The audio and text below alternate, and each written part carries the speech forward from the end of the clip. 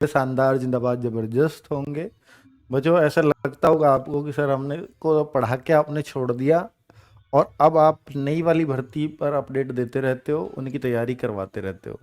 But हमारे लिए अब आपको बहुत बहुत टाइम से आप हमारे लिए नहीं बोले हो, तो निश्चित बात है ये। और आपका फिजिकल और ये मेडिकल सब चल रहे थे, तो मैं उसमें बहुत ज़्यादा अपडेट दे भी नहीं सकता था और दे भी नहीं पा रहा था। हालांकि सबको सब पता ही होता है कि किस तरह के मेडिकल और किस तरह के फिजिकल चल रहे हैं, वो रिजल्ट वहाँ दिख रहे होते हैं सबको, बहुत सारे लोग बता रहे होते हैं। तो मैं वो हर बार से थोड़ा सा बढ़ा है। उसका कारण है कि जो अ, जैसे बहुत सारे बच्चे ये सोचते हैं फिर फिजिकल के बाद ना मैं लेसिक कराऊंगा, क्योंकि आराम से टाइम मिल जाता है 1 महीने का मेडिकल में, तो तब मेडिकल करवा लेंगे। तो इस बार ना फिजिकल के तुरंत बाद मेडिकल था और मेडिकल के अगले दिन या उससे 2 दिन बाद री मेडिकल था, तो री मेडिकल के लिए भी बहुत समय नहीं दे रहे थे। हालांकि री मेडिकल के लिए पहले भी कोई बहुत समय नहीं मिलता था। तो इस बार बच्चे को फिजिकल और मेडिकल रीमेडिकल सब फाइनल होकर के एक साथ आना था। तो ये एक बहुत बड़ा कारण रह रहा था, जिससे बच्चा जो है एब्सेंट भी बहुत हो रहा था। और बार के मुकाबले मैंने देखा और बहुत लोगों से पता किया कि 100 बच्चे हैं तो आप 55-60 बच्चे ही पहुंच पा रहे हैं एवरेज। क्यों? कौन? जब रनिंग का टाइम है, मतलब फिजिकल के लिए ही इतने बच्चे तो एब्सेंट ही हो रहे हैं। अब उस 55-60 में से फिर मेडिकल मिल जा रहा है, बहुत सारे मतलब मेडिकल करवा रहे हैं, तो मेडिकल जब करवा रहे हैं तो री मेडिकल बहुत सारों को आ जा रहा है। और री मेडिकल में जो हर बार रेशो होता था पास होने का, जुगाड़ करने का, बैठाने का, बहुत सारी चीज़ें होती थी। बच्चे पहले से ना पेरेंट्स तैयार रहते थे कि यार मेडिकल होगा तब थोड़ा जुगाड़ ढूंढ लूँ, तो इस बार वो समय किसी को नहीं मिला है ना। इस वजह से री मेडिकल में भी बहुत सारे बच्चे फेल होकर के आए हैं। आप में से भी जो वीडियो देख रहे होंगे, हो सकता है कुछ बच्चे फेल हुए हों, उनको ये मेरी बात क्लिक कर पा रहे होंगे, और जो दे करके आए हैं उनको भी। तो वो कितना दूर है मैं थोड़ा सा बता देता हूं। तो कट ऑफ उस हिसाब से लग रहा है कि जैसे पहले बढ़ती थी तो उतना तो नहीं बढ़ेगी कि भाई पहले बढ़ गई जी 8 नंबर बढ़ गई, 9 नंबर बढ़ गई, 10 नंबर बढ़ गई कहीं की।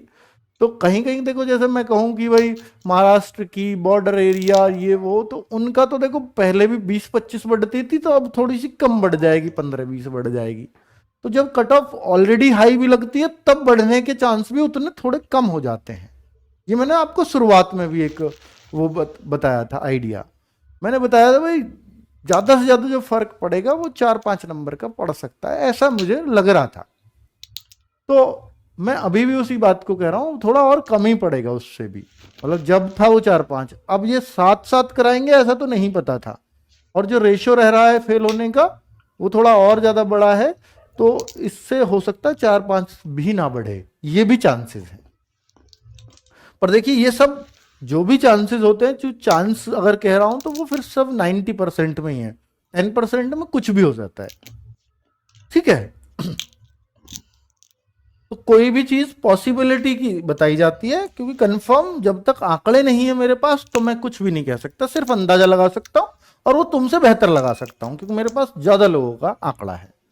ठीक है, आपके पास उतने लोगों का नहीं होता, भले ही आप वहां एग्जाम दे करके आए हैं। तो जैसे बच्चे पिछली बार का बताऊं, जो 2022-23 की भर्ती यानी इससे जस्ट पहले जो फाइनल हुई थी, तो उसमें 30/6/2023 को आपका पीईटी पीएसटी रिजल्ट आया था। फिर डीएमई शुरू हुए थे 17/7 से, तो बहुत ज्यादा अंतर पहले भी नहीं होता, पर 17 दिन का होता था। देखो 17 दिन का अंतर था, यानी मेडिकल और री मेडिकल जो शुरू हुए थे वो 17/7 से 10/8 तक हुए थे। मेडिकल री मेडिकल ज्यादा अंतर नहीं होता था। तो भाई तब थोड़े कम दिन चले थे, इस बार थोड़ा लंबा चला है क्योंकि इस बार फिजिकल भी साथ थे। अब आप ये देखो, मैं दिखाने ये लाया हूं कि 10 अगस्त में फाइनल हुए थे मेडिकल, और रिजल्ट कब आ गया था? 20 अगस्त को।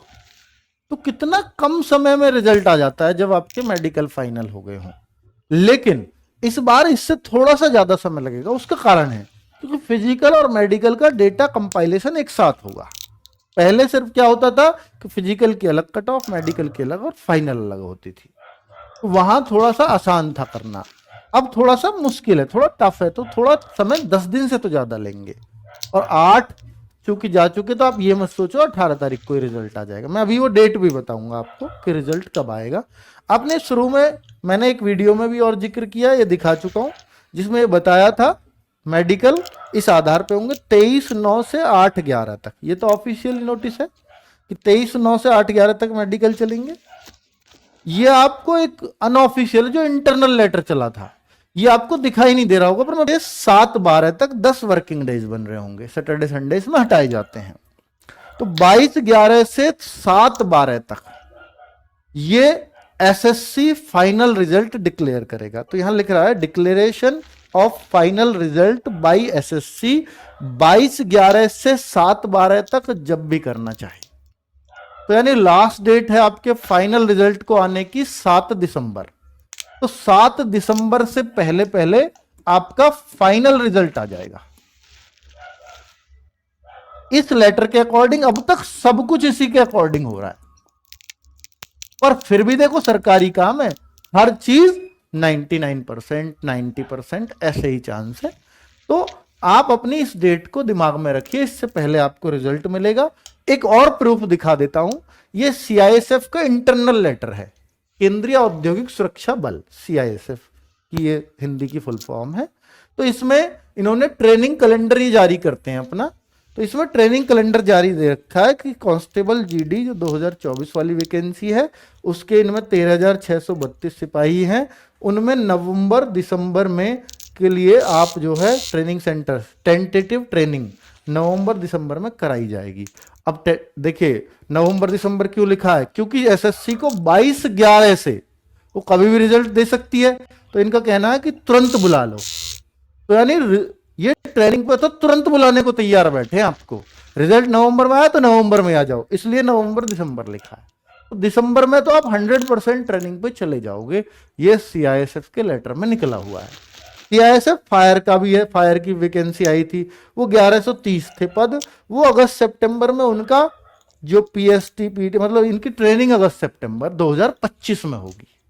अगर आपका वो भी फॉर्म है तो यहाँ ये भी क्लैरिटी आ जाती है। तो उससे पहले इनका फिजिकल, उनका रिटन एग्जाम, वो सब कुछ कराएंगे। पहले फिजिकल होगा शायद उसमें। तो बच्चों ये मेरे पास जो जानकारी थी अब तक मैंने वो साझा की है आपके पास। मुझे